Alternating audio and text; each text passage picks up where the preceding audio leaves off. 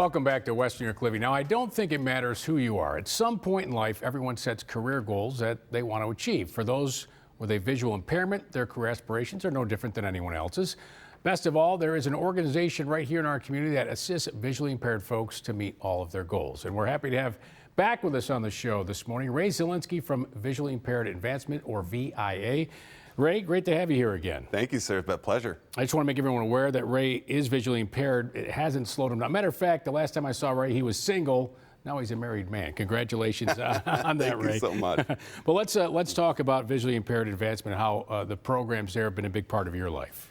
Oh, absolutely, yeah. I've been a recipient of their programs ever since the preschool. So really since kind of the beginning of my visual impairment, and all the way up through supporting through education, employment, independent living skills, safe travel, all of that. And then, of course, directly now that I work with them, being able to give back to that visually impaired community has been phenomenal. Yeah, and one of the things you do at VIA is you partner with many local community employers. Talk about this work and how it's beneficial.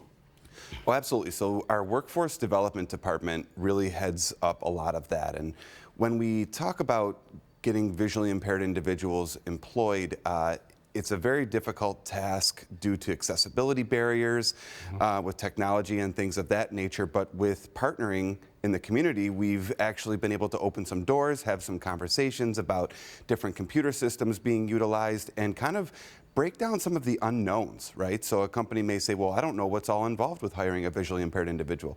Well, you can know if you just come out and speak to us, or even just make us aware. We can come to you, not a problem. We have run programming from ages 10 to 21 for working papers, and then also obviously pre-employment, prepping individuals with their hobbies, interests, talents, and then all the way up into resumes, interview skills, transportation help, adaptations on the job site, whatever it might be. And those could be low tech as well. So it doesn't have to always be a technological solution or accommodation. People hear the word accommodation and affiliate a dollar amount to that. That's not the case at all. Could be something as simple as putting a rubber band on your glass cleaner versus your wood cleaner, right? Sure. Could be something as simple as using high contrast Post-its, brightly colored things to help low vision individuals kind of delineate those things. Yeah, that's certainly important to know that information's power for employers, especially when people are looking for good employees. The answer may be with your organization. I do want to ask you about orientation and mobility and vision rehabilitation therapists. How are they beneficial in supporting people with visual impairment?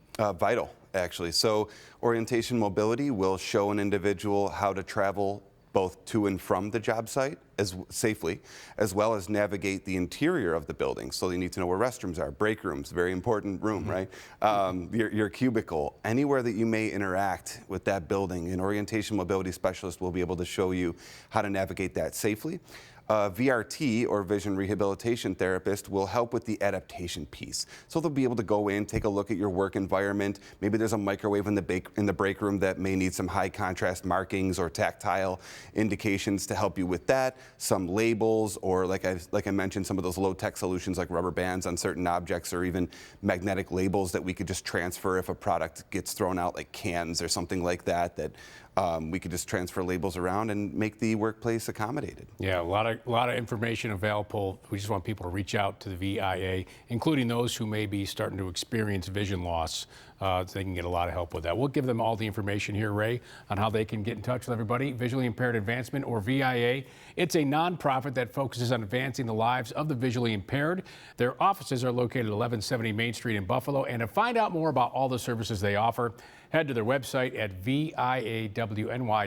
You can also give them a call to speak to their helpful staff at 882-1025. That number again, 882-1025. And their website is viawny.org. Now, coming up next, Fredonia Place Assisted Living and Memory Care will be joining us to discuss how they can help your loved ones. Learn more about all they have to offer for seniors at their Williamsville and Fredonia locations. And after that, Univera Healthcare will be stopping by our studio with some useful information and, most importantly, answers to some of your questions about the annual Medicare enrollment period, which is happening right now. We'll be right back. This segment of Western New York Living was sponsored by the following: